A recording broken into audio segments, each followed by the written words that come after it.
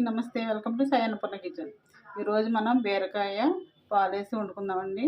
ముందుగా బీరకాయ చెక్కుకొని ఇలా కడుక్కొని ఉంచుకుందాం. కట్ చేసుకొని పక్కన పెట్టుకోవాలండి.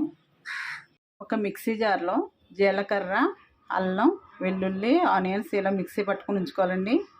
స్టవ్ వెలిగించుకొని మూగుడు పెట్టుకొని కొంచెం ఆయిల్ వేసుకుందాం. ఆయిల్ వేడైన తర్వాత మిక్సీ పట్టిన ఉల్లిపాయ పేస్ట్ వేసుకుందామండి. ఇందులో కొంచెం పచ్చిమిర్చి కూడా వేసుకుందాం. సరిపడంత సాల్ట్ కూడా వేసుకుందాం. ఇలా ఉల్లిపాయ పేస్ట్ అంతా వేగిన తర్వాత కట్ చేసుకుని బీరకాయ ముక్కలు కూడా వేసేసుకుందాం.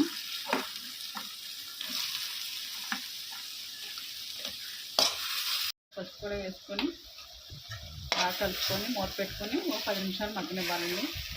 ఇలా మగ్గిపోయిన తర్వాత కొంచెం కారం వేసుకుందాం. కారం వేసుకొని బాగా కలుపుకోవాలి.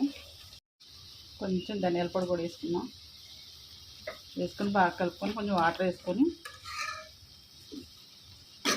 మూత పెట్టి 10 నిమిషాలు ఉడికించుకోవాలి. ఇలా బాగా మగ్గిపోయిన తర్వాత కొంచెం మేగడతో ఉన్న పాలను వేసుకుంటే చాలా టేస్ట్గా ఉంటుందండి. ఆ పాలను వేసేసుకుందాం.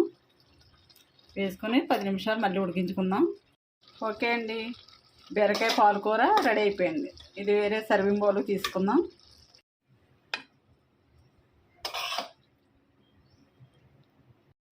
ఫైనల్గా కొత్తిమీర వేసుకుందామండి. ఈ వీడియో కనుక నచ్చినట్లయితే లైక్ చేయండి, షేర్ చేయండి, కామెంట్ చేయండి. మా ఛానల్ని సబ్స్క్రైబ్ చేయండి. Thank you.